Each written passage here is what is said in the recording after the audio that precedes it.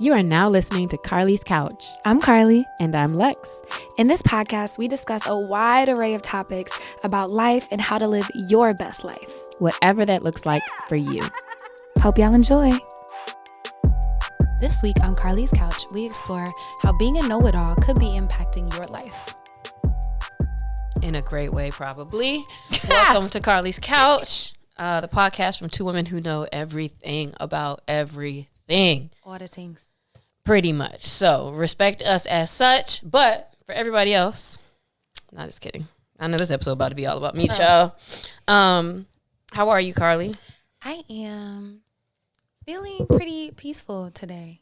Pretty peaceful and productive. How are you? Good. I've had a lot of just like all the energy since, well, by the time y'all hear this, hopefully it'll still have continued.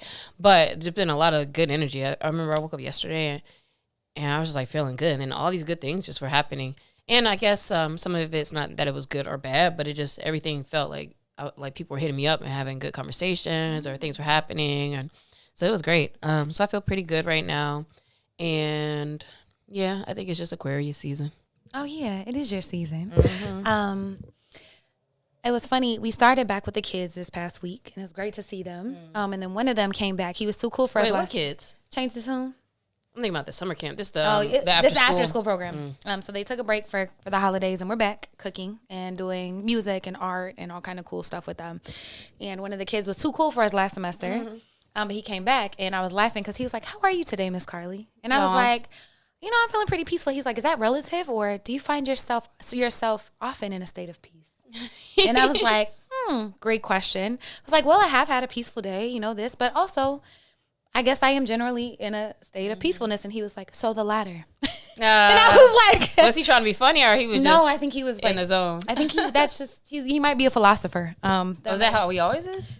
A little. Oh, okay. When you said he was too cool, I was imagining like he was acting up and then he came back acting different. No, too cool isn't like he's really brilliant. All of our children are brilliant, but he's super like ahead of the curve, but like really tries on things. And then he came back and he like dyed half of his hair one color, and like now he's all fashionable. Like it's cool. Like now he's like super cool. So it's cool to see like kids, you know, kind of grow into their own. But I was dying at that like response. That's such a thoughtful question. Like, thank you, bro. Okay, so today's topic: people that think that they know everything, and you might be like, Carlie, that's not me. And I would advise you to still listen because it probably is in very sneaky ways. But it was making me think about how the two words I know, like if you're like, I already know that, then you're less likely to read about a thing or to learn about a thing. In a relationship, if somebody does something, if you think you already know why they did stuff, it can really inhibit your growth. And I challenge all of us, know-it-alls or denying that you know it all, but you still be acting like that in certain scenarios, to try to see life in a new way so we can maybe learn and grow. Yeah, definitely important because you have to stay curious, but not just curious, but being open. And I think one of the biggest things about this topic that is the cause for like, maybe this is something to work on is the fact that you thinking you know it all is also very much like tied to ego and kind of like having like a block between you and people to a degree. And so just even being able to not judge and to be like an open book and not take things personally, you know, and not connecting everything to you is just something to practice in general. Letting, you know, words and things that happen and everything like run through you and you really like taking what you need and leaving the rest. But a lot of times if I know everything, then it's almost like you're competing with anybody, you know, when you're even having a conversation or talking, and it's just like almost like being in a state of conflict a lot. We had one episode one time about, I don't know, what was it exactly? We were kind of talking about how, you know, like the tone of your voice when you're talking to people and it just seeming like you're kind of always like jabbing and things like that. And it's like, okay, you might be a great person, and understanding that like, those type of characteristics can hinder your relationships, hinder your own growth. So we'll talk about knowing too much today. Yeah, I think you hit the nail on the head when you said it's really ego driven. And it stems from a place of maybe equating your knowledge and as your worth. And maybe that's why you're defensive about it and correct people, or why else would we feel like we know everything or need to even correct people or be right all the time? Or maybe even connecting with that, maybe it's also like a low self-esteem. I don't know. I'm not sure if that's the word I want to use, but for example, if you're connecting like your worth to knowing things, if you're a person who, you're used to everybody being like, oh, what's this, Lex? Or have you heard about this? And like, if you don't know, like, maybe it's like, oh, shoot, I don't know, I'm less than, and all those things, which, again, that's out of proportion. But in general, those thoughts and feelings of like feeling like you need to know everything because that's connected to your self-esteem could be a thing.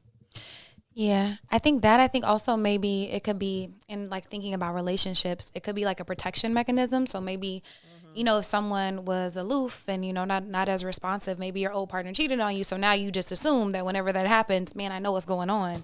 And you could be trying to protect yourself and or creating these narratives that don't really have to be there. And that's an extreme example, but I think we do this in a lot of different ways just based on our own experience. Like if someone is late to meetings, then they're lazy instead of like having a conversation and figuring out what's going on. I think there's a lot of opportunity for growth.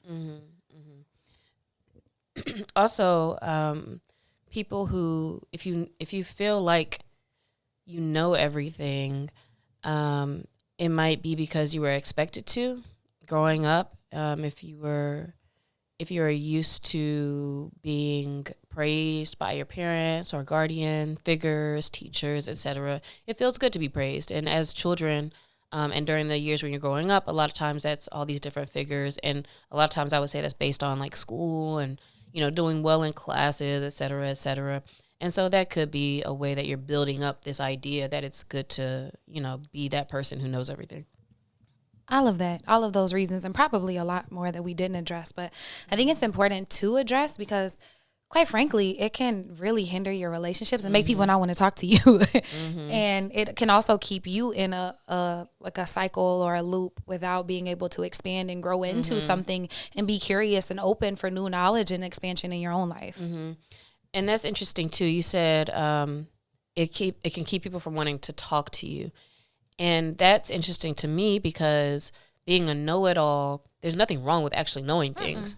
But like what we're really talking about is you really don't know and you're assuming you always have something to say still about something, or when asked, you're still going to just say something instead of being like, yeah, I don't really know. So like just to also clarify that slight detail that it's fine to know things. Like if you're a genius, cool, whatever. But people, when they don't want to talk to you, it may be because your knowing everything is like stepping all over them in whatever the situation is.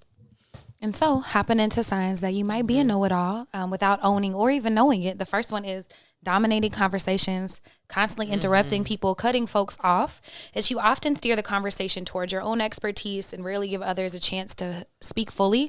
Like if they're like, oh, I think most people voted for, oh yeah, I know why they voted for that. They did it because of da-da-da-da-da. And they're like, that's not actually even what I was talking about. But if you find yourself doing that, that could be a sign that you are a know-it-all. I did that so bad. And I still do it, and it's much better, and I catch it. Like now when I interrupt people, I'm always like, dang it. But I used to do that so bad. And I remember times in, it had to be like maybe 2010 or 11, when with my boyfriend at the time with me, and I was out somewhere networking with somebody on some work stuff. And I remember afterwards, he's like, yo, you got to stop cutting people off. Because, like, the person would talk, and I just would finish their sentence.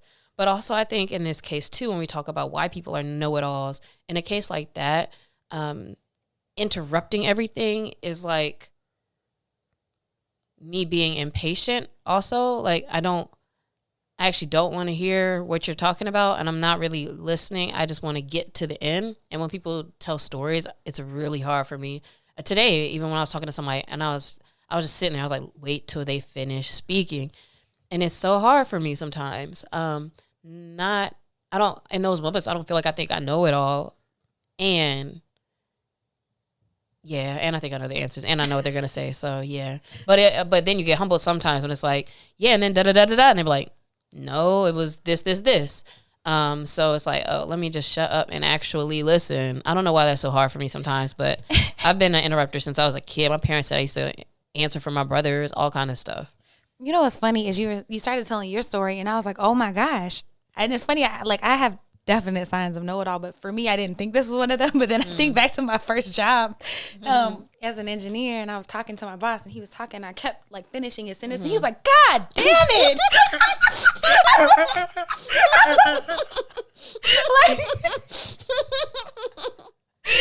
Bro, it be like that. Bro. You don't realize it's that frustrating till it's you, and it's like, oh damn, like.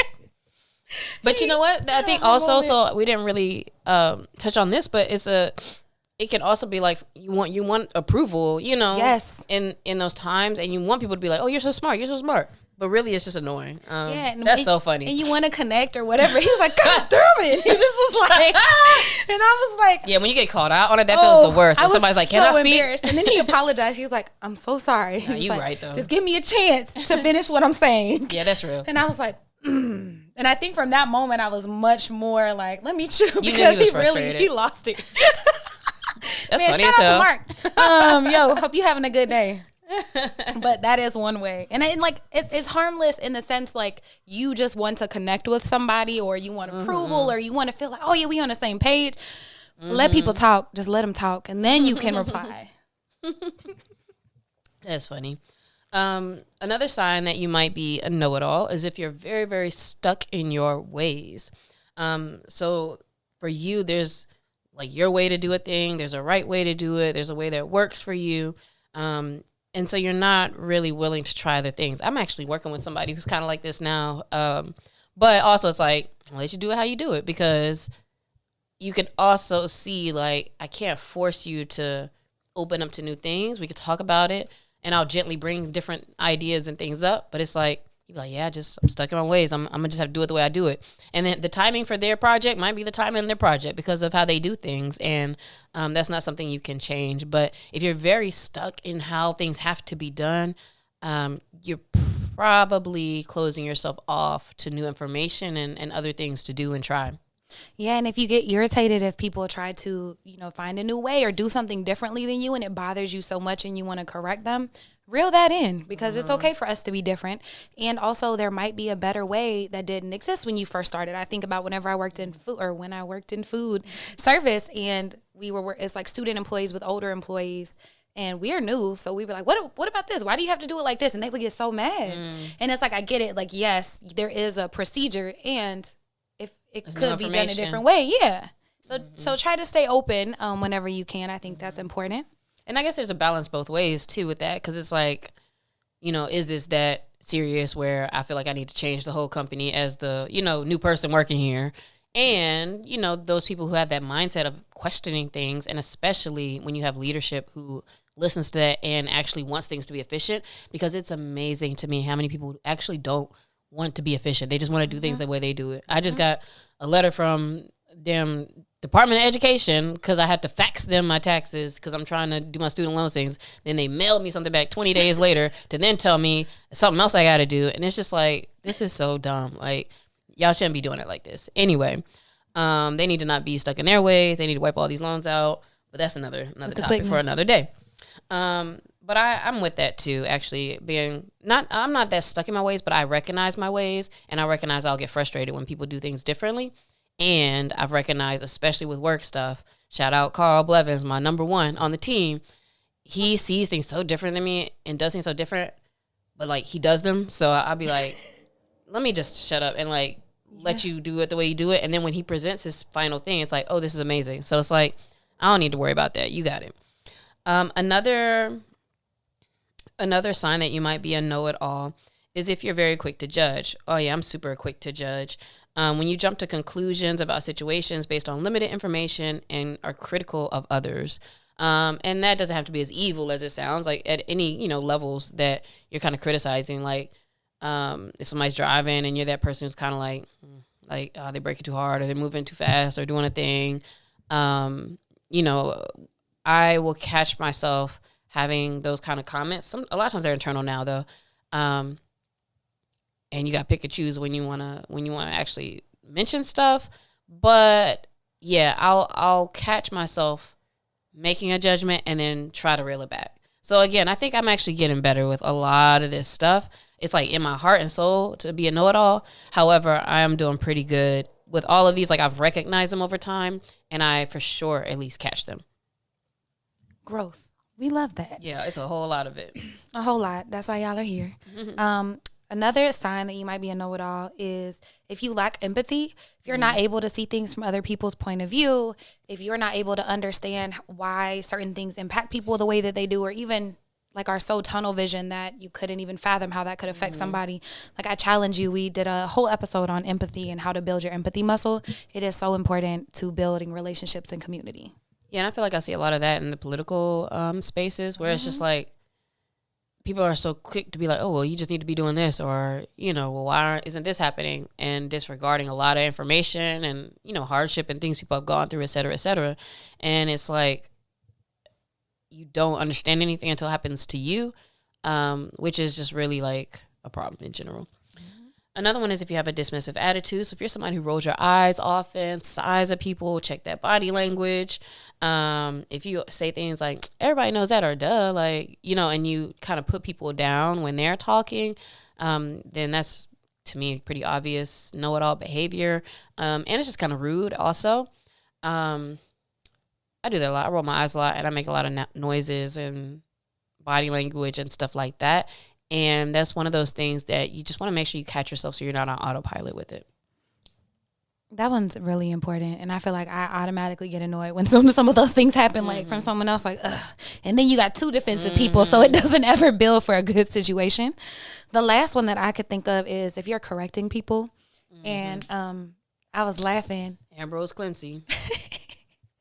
I was laughing because one of my friends pointed out that I do this, but in a kind way. And I was like, they told me that if someone, you know, says the library, that in the next sentence, I will say library, but I won't correct them. I'll just be like, oh, you went to the library? Like, as a way for them to like hear it That's correctly. That's not bad, though. You could have did that in a mean way. Like, if they're like, oh, yeah, the library, da, da, da, da, da. And to like call them out on it and be like, not the library. You mean the library? Or you like say it differently. Or people who actually be like, library? Like, you know what I mean? Like, that would be a lot ruder. Because I'm about to say, you ain't never corrected me, but also I know it all, so no need for correction. And that's growth, because I remember back when we first got social media, when people would mistype that on spelling. there. Oh, my God. I used to like, but even now when I see friends post things, if I see a misspelling, I'll text them on the side or message them like, hey, did you know that was wrong? Like, my homegirl posted her workout link. She's a trainer. She posted her link. Yeah. I went and clicked on it, and the link looked like her appointments looked crazy to me. And so I messaged her. I said, hey, sis, so excited about you training. I clicked your link and it looked weird. And then she was like, you might want to fix that. She was like, oh, well, I didn't think it was weird. And I was like, okay, well, don't worry about me then. If you knew what I was just making sure you knew what it looked like. And then she came back later and was like, okay, you were right. It did look crazy. And I was like, in my head, I know. I'm just saying. Just check it.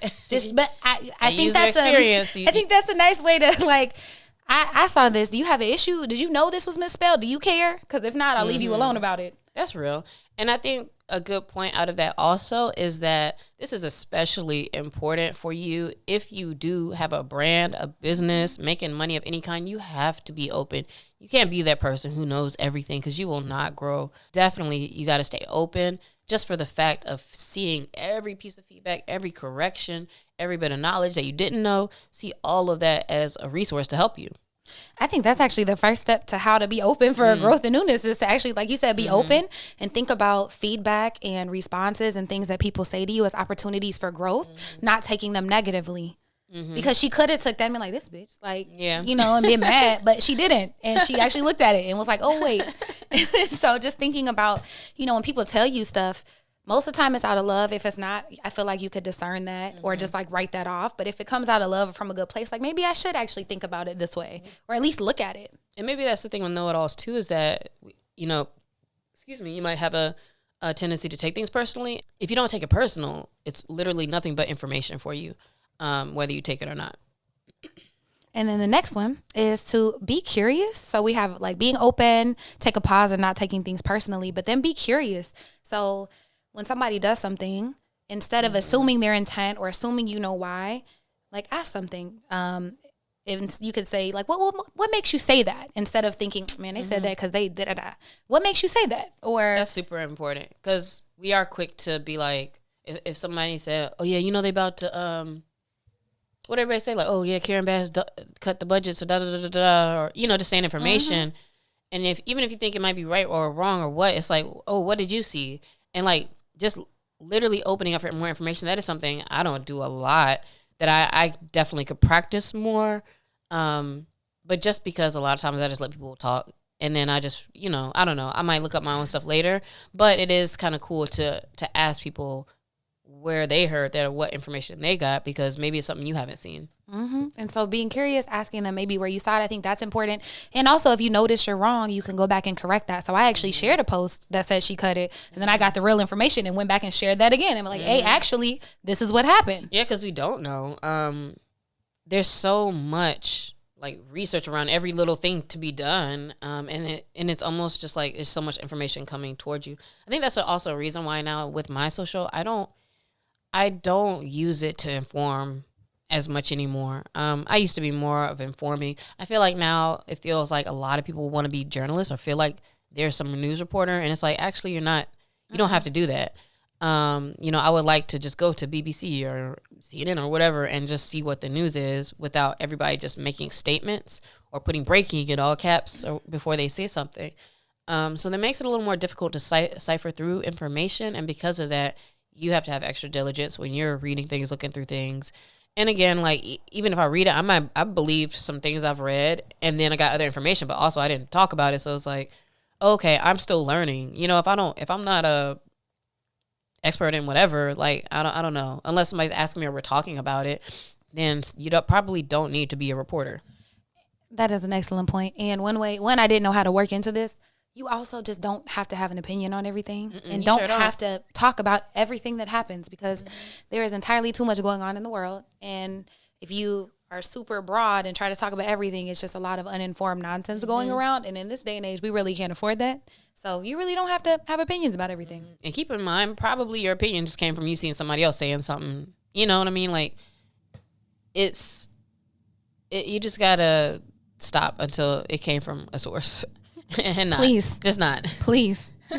But also, when you are saying something that needs correction, or a person saying something or doing something, question your intention for correcting them and how you correct them. Pay attention to how as well. So thinking about the relationship, is this a thing where you need to be right, or do you just need to be happy with this person? Because everything doesn't need to be corrected. Do you believe that the information will benefit them? So like, maybe you don't want them to keep saying wrong information, or maybe you don't want them to keep saying library, or maybe if it's this person's business, like you want to make sure that they're actually going to make some money. So those things, it's like, okay, I'm trying to help them. And also be open to the idea that you might not know, or you might be wrong. So you know, they may know more than you. So the way you tell people something or try to correct them, it may be like, oh, have you thought about this? Or here's another idea I had, or I thought I had. You know, it might not be like in a correct them, but like just offering information to them as well. And get to the root of why you feel the need to connect with people, because that's really what this is in disguise. Like Carlie said earlier, you know, you finish in their sentences like, oh yeah, we're right in sync. And it's like, girl, you are wrong and you're being rude. And so it's like, well, why do you need to not even fake it, but like, why do you need to force this? Like, being aligned with them so bad, and you need them to like you so bad. That's something always to look at. And then lastly, remind yourself of your intention when you go into conversations. So when you're going into the conversation, I'll do this with work, like how I said with Carl before too. It's like, all right, I know we're about to talk about how to do a thing. So like, let me just let him see how he would approach it, because it's always so different. But just like going into it, being ready to like listen and let people do things the way they do them, and then kind of putting myself in there as needed. I think that to sum this up, whenever you are a know-it-all, you have a closed mindset and you're not able to grow from there. And so these are all ways to have a growth mindset. So staying curious, thinking about your intentions, thinking about delivery, like why you're doing certain things, so that you can just continue to grow and have more opportunities. I would love for y'all to hit us this week at Carlie's Couch. First of all, to let us know if y'all are know-it-alls too. We're not. And also if any of this was helpful. Peace. Peace out. We'll see you next week.